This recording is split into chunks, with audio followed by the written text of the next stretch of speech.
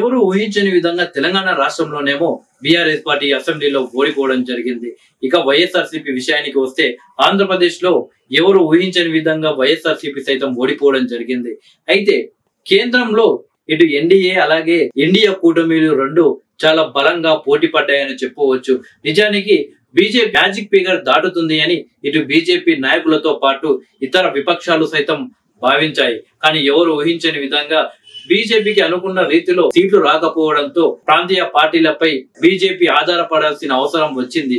ఇలాంటి పరిస్థితుల్లో కేంద్రంలో అధికారం కోసం ఇండియా కూటమి అలాగే బీజేపీ కూటమిలో ఇతర ప్రాంతీయ పార్టీలను సంప్రదిస్తుంటే కానీ ఆంధ్రప్రదేశ్ లో ఉన్న వైఎస్ఆర్సీపీని ఇలాగే ఆ తెలంగాణ రాష్ట్రంలో ఉన్న బీఆర్ఎస్ పార్టీని మాత్రం ఇటు ఎన్డీఏ కూటమి అలాగే ఇండియా కూటమి మాత్రం పెద్దగా పట్టించుకోవడం లేదు. పెద్దగా కాదు, అసలు పట్టించుకోవట్లేదని చెప్పవచ్చు.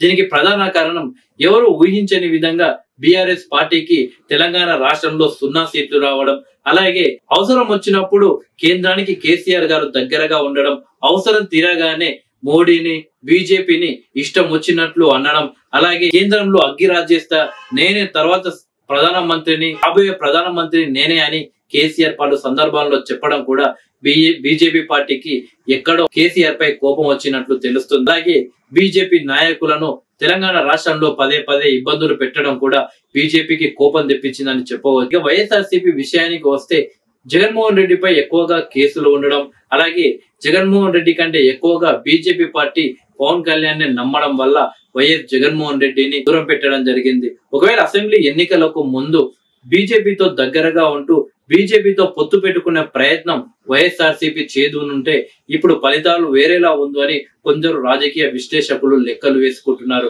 కానీ వైఎస్ జగన్మోహన్ రెడ్డి మాత్రం ఏ పార్టీ బీజేపీతో పొత్తు పెట్టుకుంటే నాకు నష్టం జరుగుతుందేమో అని వైఎస్ జగన్మోహన్ రెడ్డి గారు ఆలోచించారు.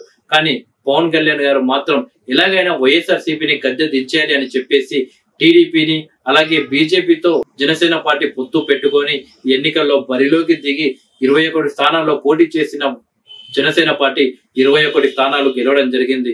ఇప్పుడు కింగ్ మేకర్ గా పవన్ కళ్యాణ్ ఆంధ్రప్రదేశ్ లో మ్యాన్ ఆఫ్ ద మ్యాచ్ అలాగే man of the series Pawan Kalyan కే అని అందరూ ప్రశంసిస్తున్నారు. అలాగే ఎన్డీఏ కూటమిలో కూడా ఈ రోజు జరిగిన ఎన్డీఏ సమావేశాల్లో సైతం పవన్ కళ్యాణ్ కి ఒక ప్రత్యేకమైన స్థానాన్ని ఎన్డీఏ కూటమి ఇవ్వడం జరిగింది. ఇటు వైఎస్ఆర్సీపీ 5 సంవత్సరాలు ఆంధ్రప్రదేశ్ రాష్ట్రాన్ని పరిపాలించింది. బీఆర్ఎస్ పార్టీ ఏమో 10 సంవత్సరాలు తెలంగాణ రాష్ట్రాన్ని పరిపాలించింది. అంత బలమైన పార్టీలకు మాత్రం ఇండియా కూటమి అలాగే ఎన్డీఏ కూటమి పెద్దగా పట్టించుకోవడం లేదు, వాళ్ళ జోలికే పోవడం లేదు. 2019లో కేవలం 1 స్థానమే గెలిచిన జనసేన పార్టీ ఇప్పుడు 21 స్థానాల్లో పోటీ చేసి 21 అసెంబ్లీ స్థానాలు గెలుచుకుంది. 2 పార్లమెంటు స్థానాల్లో పోటీ చేసి 2 పార్లమెంటు స్థానాలు గెలవడం జరిగింది. అలాంటి జనసేన పార్టీకి ప్రత్యేకమైన స్థానం అలాగే పవన్ కళ్యాణ్ కి ఒక ప్రత్యేకమైన స్థానాన్ని బీజేపీ ఎన్డీఏ కూటమిలో ఇవ్వడం జరిగింది. మొత్తానికి రాష్ట్ర రాజకీయాలు మనం చూడగానే ఎలా మారిపోయిందో మనం అందరం చూసాం. అయితే కేసీఆర్ గారు మరి ఇప్పుడు ఎలాంటి స్టెప్ వేస్తాడనేది ఇప్పుడు ఒక పెద్ద ప్రశ్నగా మారిపోయింది. విశ్వసనీయ సమాచారం మేరకు ఇన్నాళ్ళు ఎన్డీఏ కూటమి ఏంది నేనే ఒక కూటమి పెడతా థర్డ్ ఫ్రంట్ అని చెప్పేసి పెద్ద పలుకులు మాట్లాడిన కేసీఆర్ గారు ఇప్పుడు ఆలోచనలో పడ్డారట. అయితే కొద్దిగా గ్యాప్ తీసుకొని ఏ కూటమికి దగ్గర అవ్వాలి అనేది కేసీఆర్ ఆలోచించే అవకాశాలు కనిపిస్తున్నాయి. అయితే స్థానిక సంస్థల ఎన్నికల తర్వాత కేసీఆర్ నిర్ణయం తీసుకునే అవకాశాలు కనిపిస్తున్నాయి. స్థానిక సంస్థలో బీఆర్ఎస్ నే ప్రజలు ఆదరిస్తారు, బీజేపీ బీఆర్ఎస్ కంటే మాకే ఎక్కువ స్థానాలు గెలుచుకునే అవకాశం ఉంటుంది అని కేసీఆర్ ఆలోచిస్తున్నట్లు టాక్ నడుస్తుంది. స్థానిక సంస్థ ఎన్నికల్లో బీఆర్ఎస్ పార్టీ కేసీఆర్ అనుకున్నన్ని సీట్లు సంపాదించకపోతే అప్పుడు ఇండియా కూటమి లేదా ఎన్డీఏ కూటమికి కేసీఆర్ దగ్గరయ్యే ప్రయత్నాలు చేయడం మాత్రం ఖాయంలా కనిపిస్తుంది.